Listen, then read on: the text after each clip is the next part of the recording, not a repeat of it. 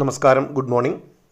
ഇന്നലെ വൈകിട്ടോടെ KEAM normalised സ്കോറും session പെർസെൻറ്റൈലും publish ചെയ്തതിന് ശേഷം ഒരുപാട് കുട്ടികളും യൂട്യൂബ് ചാനലുകളും അതുപോലെ തന്നെ ഇൻസ്റ്റിറ്റ്യൂഷൻസും ഒക്കെ പ്രതികരണങ്ങളുമായിട്ട് ഷെയർ ചെയ്തിട്ടുണ്ട്. ഇതിനകത്ത് ഒന്ന് രണ്ട് കാര്യങ്ങൾ സൂചിപ്പിക്കാൻ വേണ്ടി മാത്രമാണ് ഈ വീഡിയോ. ഇതിനകത്ത് കാൽക്കുലേഷൻസോ ടേബിൾസോ കമ്പാരിസൺസോ ഒന്നും തന്നെ ഇല്ല. അതിൻ്റെ കുറിച്ച് ഡീറ്റെയിൽഡ് ആയിട്ടൊരു വീഡിയോ ശനിയാഴ്ച 5 മണിക്ക് മുൻപായിട്ട് നമ്മൾ റിലീസ് ചെയ്യും. അതിനു മുമ്പ് ഞാൻ പ്രധാനമായിട്ടും കുറച്ച് കാര്യങ്ങൾ എനിക്ക് പറയണമെന്ന് തോന്നി, അതുകൊണ്ട് ഞാൻ ഇമ്മീഡിയറ്റ് ആയിട്ട് പറഞ്ഞു പോവുകയാണ്. ഒന്ന്, പല ആളുകളും ഈ കറക്ഷൻ ഫാക്ടർ എന്ന് പറയുന്ന സംഭവം ഇന്നലെ നോട്ടിഫിക്കേഷനിൽ കണ്ടത് പ്രൊജക്റ്റ് ചെയ്തിട്ട് അതാണ് കുട്ടികൾക്ക് 8ൻ്റെ പണി കൊടുത്തിരിക്കുന്നത്, അതാണ് ഇതിനുള്ള കാരണം. ഈ മാർക്കുകൾ നോർമലൈസ്ഡ് സ്കോർ കാണിച്ചിരിക്കുന്ന മാർക്ക് അവർ മുൻകൂട്ടി കാൽക്കുലേറ്റ് ചെയ്തതിനേക്കാളും കുറയാനും കൂടുവാനും ഇതാണ് കാരണം, അല്ലെങ്കിൽ ഇതാണ് ഇതിൻ്റെ പ്രധാനപ്പെട്ട പ്രശ്നമെന്ന് ഉദ്ധരിച്ചുകൊണ്ട് പല ആൾക്കാരും പറയുന്നുണ്ട്. ഞാൻ പറഞ്ഞുകൊള്ളട്ടെ, അത് തെറ്റായിട്ടൊരു അണ്ടർസ്റ്റാൻഡിങ് ആണ്. ഈ കറക്ഷൻ ഫാക്ടർ എന്ന് പറയുന്നത് ഈ ഡിലീറ്റഡ് ആയിട്ടുള്ള ക്വസ്റ്റ്യൻസിനെ നെഗേറ്റ് ചെയ്യാൻ, അതിന് ഇമ്പാക്റ്റ് നള്ളിഫൈ ചെയ്യാനും വീണ്ടും 600ലേക്ക് മാർക്കുകളെ കൊണ്ടുവരാൻ വേണ്ടി മാത്രമാണ് അത് ചെയ്തിരിക്കുന്നത്. അത് കാരണം കൊണ്ട് ഈ ഡീവിയേഷൻസ് ഒന്നും തന്നെ അക്രോസ് ഷിഫ്റ്റുകൾ വരില്ല. ഇനി ഇതിൻ്റെ യഥാർത്ഥ കാരണം അന്വേഷിച്ച് പോവുകയാണെങ്കിൽ നിങ്ങൾ ചെയ്യേണ്ടത് കീം പ്രോസ്പെക്ടസ് തുറന്നിട്ട് അതിൽ സെക്ഷൻ 9.4.4 എന്ന സെക്ഷനിലെ നോർമലൈസേഷൻ പ്രോസസ്സ് ആദ്യം നമ്മൾ കുറച്ച് എക്സാമ്പിൾസ് എടുത്ത് മനസ്സിലാക്കണം. അതായത് നിങ്ങളൊരു നോട്ട്ബുക്കോ സ്പ്രെഡ്ഷീറ്റോ തുറന്നിട്ട് അതിൽ പറയുന്ന 3 സ്റ്റെപ്പ് പ്രോസസ്സ് ഒരു സാമ്പിൾ, ഇപ്പം നിങ്ങൾ 2 ഷിഫ്റ്റ് 10 കുട്ടികൾ വീതം എഴുതിയെന്ന് അസ്യൂം ചെയ്തിട്ട് കാൽക്കുലേഷൻ നടത്തിയാൽ എങ്ങനെയാണ് ഈ നോർമലൈസേഷൻ വർക്കൗട്ട് ചെയ്യുക എന്നുള്ളത് നിങ്ങൾക്ക് മനസ്സിലാവും. ആ ഫോർമുല നിങ്ങൾ അപ്ലൈ ചെയ്ത് നോക്കിയാൽ നല്ല കോംപ്ലിക്കേറ്റഡ് ആണ്. ഒരുമാതിരിപ്പെട്ട കാൽക്കുലേഷൻസ് ഒക്കെ അതിനകത്ത് കൊടുത്തിട്ടുണ്ട്. അപ്പോൾ നമ്മൾ കൺഫ്യൂഷനോ, അപ്പോൾ നമ്മൾ സിമ്പിളായിട്ട് എടുത്ത് മനസ്സിലാക്കാനായിട്ട് ശ്രമിക്കുക. ഞാൻ അതിനെക്കുറിച്ചാണ് ശനിയാഴ്ച വീഡിയോ ചെയ്യാൻ പോകുന്നത്. പക്ഷേ ഇവിടെ ഞാൻ പറയാൻ പോകുന്ന കാര്യം, ഈ ഈവൻ ദെൻ ചെറിയൊരു അസാധാരണത്വം എനിക്കും ഈ മാർക്കുകൾ തോന്നുന്നുണ്ട്. ഫോർ എക്സാമ്പിൾ 23 കുട്ടികൾക്ക് ചില കുട്ടികൾ 70 മാർക്ക് വരെ കൂടുകയും അതുപോലെ തന്നെ 29 ഷിഫ്റ്റിലെ കുട്ടികൾക്ക് 30 മാർക്ക് വരെ കുറയുകയും ചെയ്താൽ ഏകദേശം 100 മാർക്കിൻ്റെ വ്യത്യാസം അവിടെ വരികയാണ്. ഞാൻ എന്തുകൊണ്ടാണ് അസാധാരണത്വം എന്ന് പറയുന്നത്?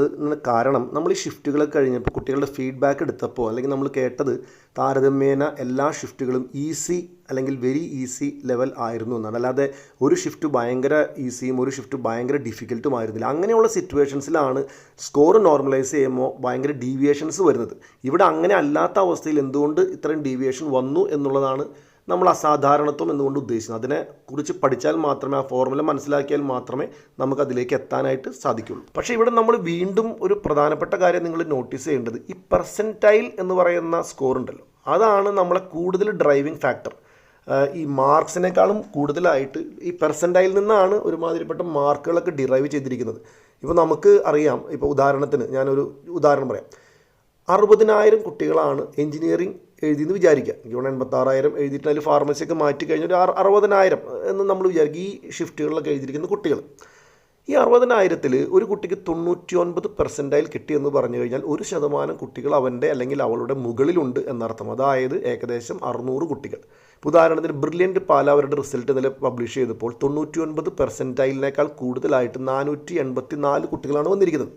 അതായത് ഈ കാൽക്കുലേഷൻ ഒരുപക്ഷെ ശരിയാവും. കാരണം 600 കുട്ടികളിൽ 484 കുട്ടികൾ ബ്രില്യൻ്റ് പാലയിൽ നിന്നാണെന്നുള്ള അതിശയില്ല. കാരണം നല്ലൊരു ശതമാനം കുട്ടികൾ അവരുടെ ഇതിൽ നിന്നാണ് സാധാരണ വരാറ്.